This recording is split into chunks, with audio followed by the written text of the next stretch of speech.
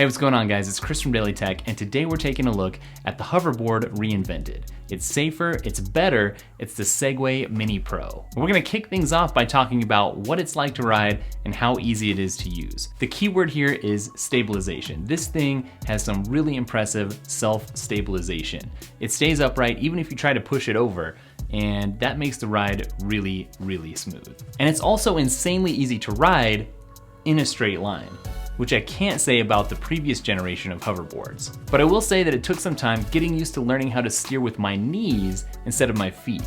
I think the real key is learning how to lean into a direction instead of just moving your knees in a certain direction, and that makes steering a whole lot easier and smoother and probably way less awkward. One area where the Mini Pro really excels is when you're not on a paved surface. So when you're in the grass or on some rocks or even on a brick paved road, it works really well. And actually going over curbs or bumps is actually casually doable, like no big deal, which I can't really say the same for the last generation of hoverboards. Those things were just sketchy. Now it does only go 10 miles per hour, but honestly, I'm not sure that I'd ever need to or want to go that much faster on it.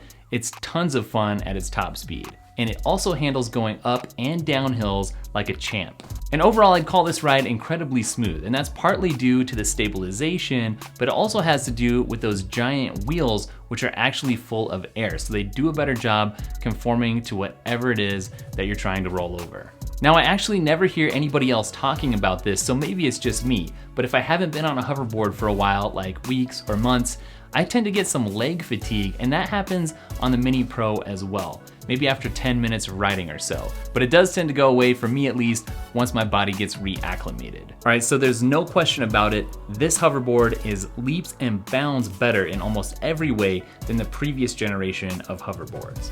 So the ride itself is great, but I do have some other interesting observations about the Mini Pro. So despite what the website might tell you, this thing is actually pretty heavy, actually really heavy. So it's definitely light enough to load into a car, but at the same time, I don't think I'd go around calling it light. Now comparing this to my old hoverboard, which happened to be a Segway, total ripoff of the Segway name. This thing's not gonna get very scratched up. My old one got super scuffed up every time I crashed, and it really ended up looking pretty bad. But that's not gonna happen almost at all with the Mini Pro. That's partly due to that stabilization that helps it to never tip over, even if you wipe out or jump off. But also, the wheel covers are just a little bit higher. And so even if you were to roll into something, there'd almost be like no damage to the cover itself. It's worth noting that the app that comes along with the Mini Pro is really well designed, it's easy to use, it looks good, and it's nice to know that Ninebot didn't just forget about the software side of this whole experience. All right guys, so if you know me at all, if you've watched almost any video on this channel, you know that I like lights that I can control, smart lights. And that's basically what comes embedded on this Ninebot. So in the app, there are several different presets that you can choose from, and that makes the whole riding experience a little bit more personalized and maybe a little bit more fun. All right, so somebody over at Segway decided that this should be remotely controllable using the app.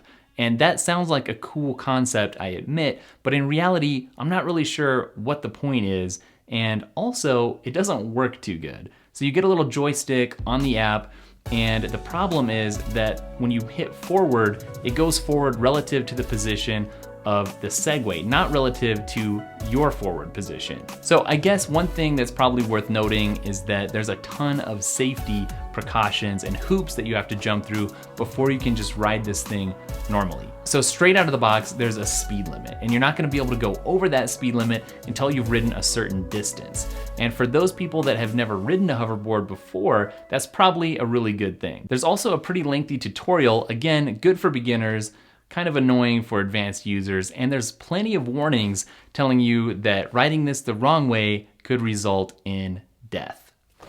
You'll be happy to know that for almost $1,000, the battery lasts pretty well, definitely longer than I ever end up using it, which is great. And I have to say, even though hoverboards are nothing new at this point, you still get lots of interesting looks when you're riding this thing out in public. On the top is a really useful handle that you can pull up and use to steer and guide the Mini Pro when you're walking next to it, which is really great if you're on some terrain where you can't really ride, like a really steep hill, for instance. Everything about this Mini Pro seems top quality, which is great since it's so expensive.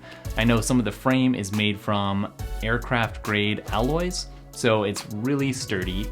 And even the app experience is really well thought out. This is a really good product all around for what it does. So here at the end of this review, I'm kind of left with the question, who is this thing actually for? Because while it's built well enough to be an actual transportation device, I personally don't see myself ever using it that way. All right guys, thanks for watching. Hope you liked it. Lots of great videos coming up, so hit subscribe if you haven't already, and make sure to catch up with me on Instagram, Twitter, and Snapchat. Plus, check out dailytech.com for lots of great lists and feature content there as well. All right guys, I'll catch up with you next video. Later.